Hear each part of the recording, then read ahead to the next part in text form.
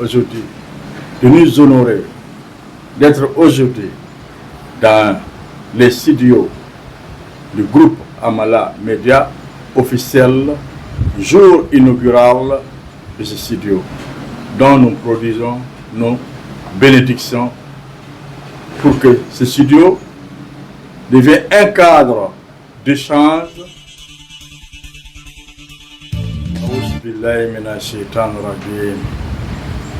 Bismillahirrahmanirrahim.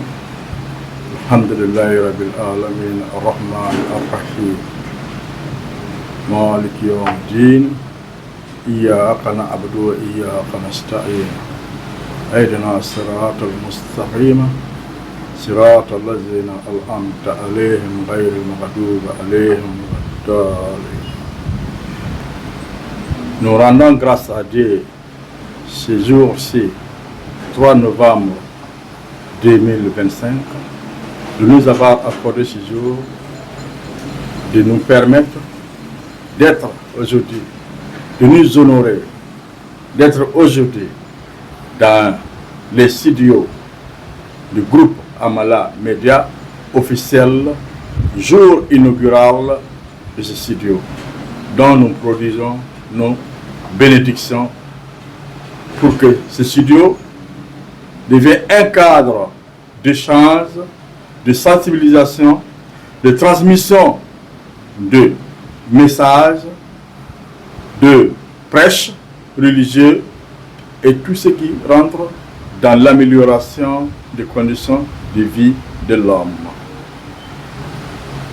Ici, c'est votre camarade, votre frère Gira Oumarou, acteur de la société civile, membre du bloc GPLP Génération Burkina Nouveau Benkadi, membre des sages des OEC de la GNB, en l'occurrence à Bourgogne de Lasso.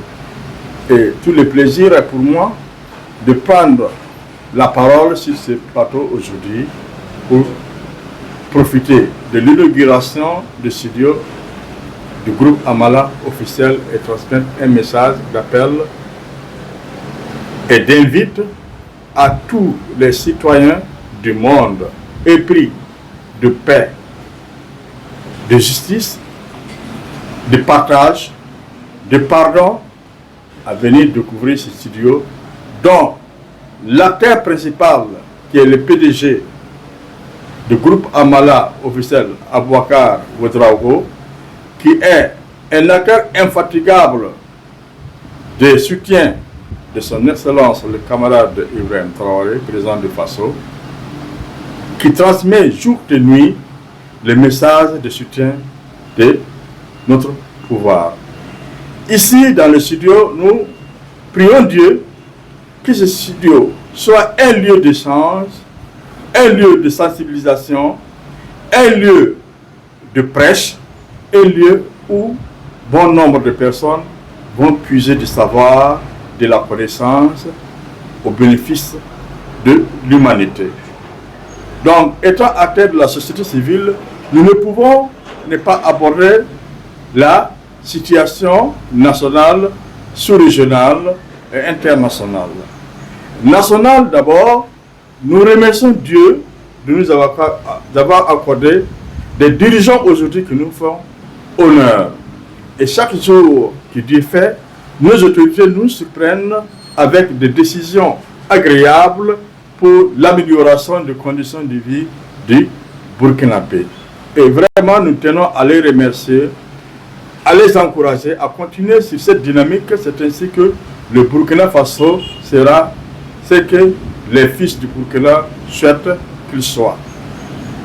Il est vrai que nous sommes dans un contexte de guerre et cela n'empêche que les autorités aussi mènent des bonnes décisions qui nous amènent à développer le pays à travers plusieurs initiatives sur le plan agricole, sur le plan industriel, sur le plan de l'enseignement, sur le plan de la santé, sur le plan de l'élevage. Sur plusieurs plans, dans plusieurs domaines, le gouvernement a pris des décisions qui rentrent dans l'amélioration des conditions de vie du Burkinabé. Et nous savons qu'avec ces initiatives, s'il plaît à Dieu, dans peu de temps, il y aura de l'autosuffisance alimentaire au Burkina Faso. S'il plaît à Dieu, dans peu de temps, un Burkinabé ne va pas quitter le Burkina Faso, faire payer beaucoup de frais pour aller se soigner à l'extérieur avec des frais d'hôtel, d'hôpitaux très élevés. Puisqu'il y a des hôpitaux à la hauteur des attentes des Burkinabés qui sont en train d'être réalisés au Burkina Faso. Sur le plan infrastructurel, nous voyons aussi que à travers le pays, il y a des infrastructures qui sont en train de désenclaver les zones autrefois enclavées grâce aux initiatives de son Excellence, le capitaine Ibrahim Traoré, avec tout l'ensemble de son équipe. Et sur le plan sous-régional, nous voyons que l'AES aussi est en train de progresser dans un bon sens, malgré les obstacles des ennemis, des impérialistes, qui croient toujours pouvoir venir nous recoloniser et nous mettre sous les jours. Cela est du passé. Cela, c'est du passé, puisque nous avons pris conscience de notre situation et jamais, au plus grand jamais, nous laisserons nos pays entre les mains d'étrangers qui viendront les exploiter à leur guise. Cela est du passé. Qu'il se leurre que les Burkinabés, les habitants de l'AES ne vont plus se laisser faire, ne vont plus plier l'échine devant qui que ce soit, puisque nous avons pris conscience, avec levé de conscience apporté par nos trois chefs d'État, nous ne pouvons que les saluer et les encourager. Tout récemment, nous avons remarqué qu'au niveau du Mali, les impérialistes avec leurs collabos ont tenté d'apporter un soulèvement populaire à travers le carburant. Et Dieu merci, Dieu aidant, les Maliens ont compris que c'est une manipulation des impérialistes avec leurs complices locaux qui veulent faire provoquer un soulèvement populaire essayant de déstabiliser un des pays de l'AES. Une fois qu'un pays est déstabilisé, tous les restes seront déstabilisés. C'était leur objectif. Nous avons tout compris. Donc, cela, s'il plaît à Dieu, ils n'auront pas gain de cause. Donc, au Niger aussi, nous saluons l'engagement pris par le général Abdourahmane Tchani, qui est en train vraiment de soulager les Nigériens à travers la baisse des premières denrées de consommation, comme le ciment, le riz et consorts. Et vraiment, nous le saluons pour ces mesures qui améliorent les conditions de vie des Nigériens. Puisque autrefois, le Niger était le pays à la traîne, alors que c'est parmi les pays les plus riches du monde.